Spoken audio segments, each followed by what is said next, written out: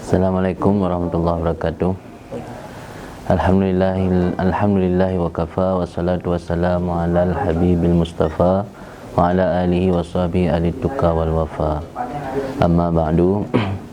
Yang saya hormati saudara-saudara luntuan daripada keluarga mahasiswa Aceh yang ada di Mesir. Alhamdulillah, lun ketika bertempatnya tiap sawi saudara-saudara yang ada di sini, dan lun merasa sangat mulia atas penyambutan saudara-saudara yang ada di sini. Dan terima kasih banyak kepada saudara-saudara lun yang ada di sini. Cuman nya bacut nah habar di lun tuan mengenai pentingnya kitanya tayak buat kena tajak kuliah kena Mesir, karena mengingat pumenteng ilmu yang kitanya pelajari di daerah yang ada di Aceh, kebanyakan kitab-kitab yang dia pelajari adalah berasal daripada ulama-ulama yang ada di Mesir. Lagi contoh kitab yang paling ubud lagi kitab Hasyiah Bajuri yang karang oleh Syekh Ibrahim Al-Bajuri, dan kitab-kitab yang lain lagi kitab Jalaluddin As-Suyuti, kitab Jalaluddin Al-Mahali, menansi kitab-kitab lagi Fathul Bari karangan Ibnu Hajar Al-Asqalani. Dan pentingnya ta'abbud kena yang pertama untuk mencari sanad keilmuan, karena orangnya yang mulai kurang perhatian bertanya tentang sanad keilmuan. Lu rasa masyayikh-masyayikh di sini memiliki sanad-sanad keilmuan yang tinggi, dan secara manhaj pun hana berbeza dengan getanya yang ada di Aceh. Kemudian pakan perleta minta sanad, karena pegali ulama la yu'khadul ilmu illa min afwahil ulama. Ilmu tidak diambil kecuali daripada mulutnya ulama. Dan al-isnad minad din, sanad itu termasuk sebahagian daripada agama. Laulal isnad laqala man syaa ma syaa. Seandainya tidak ada isnad, orang akan ngomong apa yang dia suka. Itu pendapat daripada Ibnu Mubarak atau Abdullah Ibnu Mubarak. Kemudian karena sanadnya sangat penting dalam agama, supaya orang baik pegah haba pu yang galak dro, maka kitanya dalam mempelajari ilmu wajib tayak minta gure-gure atau masyayikh-masyayikh yang memiliki sanad yang jelas tentang keilmuan beliau sehingga truk kepada Rasulullah.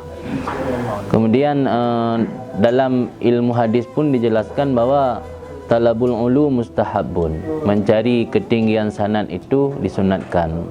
Termasuk mencari ketinggian sanad bukan hanya dalam sanad ilmu hadis, bukan hanya dalam sanad ilmu qiraat, juga dalam sanad-sanad ilmu fikih.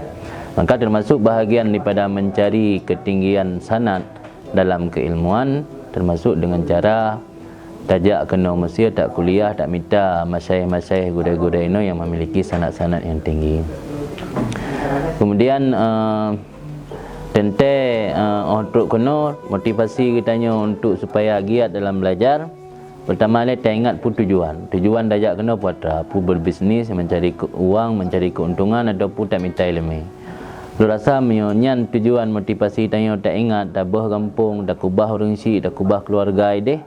Mudah-mudahan pu mentang yang cita-citakan li orangnya baik sampai mengecewakan orangnya.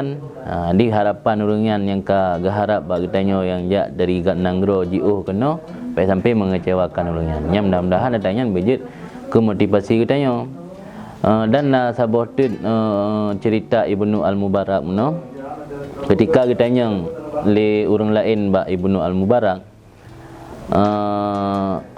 seandainya diwahyukan kepada Ron akan meninggal si atit malam, nyan puatra yang akan dilakukan. Ma anta sani, apa yang akan engkau lakukan al-yawm pada hari ini? Kejauh oleh Ibnu Mubarak atlubul ilma. Berarti begitu motivasi Ibnu Mubarak semangat dalam mencari ilmu. Seandainya diberi kesempatan hidup sebentar saja, beliau akan memanfaatkan kesempatan tersebut untuk mencari ilmu. Kemudian tentang suka duka dalam mencari ilmu, tentang dapat tak pungkiri. Dan malah dalam sebuah hadis riwayat Muslim, Nabi pernah bersabda, la yunalul ilmu birahatil jismi, ilmu tidak akan diraih, tidak akan dicapai dengan mengistirahatkan tubuh. Pengertian daripada mengistirahatkan tubuh di sini maksudnya dengan cara bersantai. Ilmu tidak akan diperoleh dengan cara bersantai. Berarti dalam menuntut ilmu perlu perjuangan, perlu mujahadah, perlu kerja keras. Karena ma aflaha fil ilmi illa man talabahu fil qillah. Tidak akan sukses dalam mencari ilmu kecuali orang-orang yang dalam mencarinya serba kekurangan, serba tidak cukup. Itu yang sebuah jalan yang sukses dalam mencari ilmu. Nanti menyertanya kebiasaan dakalan urang dalam mencari ilmu udip mewah, biasa hana sukses. Kemudian dalam menuntut ilmu pun harus punya semangat yang tinggi, semangat yang luar biasa. Karena berkata Syekh Ibn Athaillah As-Sakandari dalam sebuah kalam hikmatnya, man lam takul lahu bidayatun muhriqah lam takul lahu nihayatun musyrikah.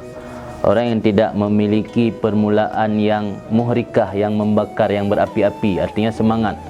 Orang yang tidak memiliki awal permulaan yang penuh dengan semangat, lam takul lahu nihayatun musyrikah. Niscaya orang tersebut tidak akan memiliki akhir yang bersinar, yang gemilang. Ingin mencapai kesuksesan harus diawali dengan permulaan yang mempunyai semangat yang tinggi. Al-bidayah alamah linihayah. Permulaan itu menjadi tanda atau indikator nihayah, akhirnya. Bagus di awal, tentu bagus di akhir. Kebiasaan seperti itu. Kemudian dalam tayu mita ilmiahnya hanya terpelajari sebuah kitab atau sebuah ilmu menteng. Harus tahfai le kitab, karena pulang kitab-kitab muhtasar, kitab-kitab ubudnya memang harus dihafal semua. Anak berahli ulama, man hafizal mutun hazal funun. Orang siapa menghafal matan-matan kitab yang kecil, yang muhtasar, maka orang tersebut akan meraih segala disiplin ilmu.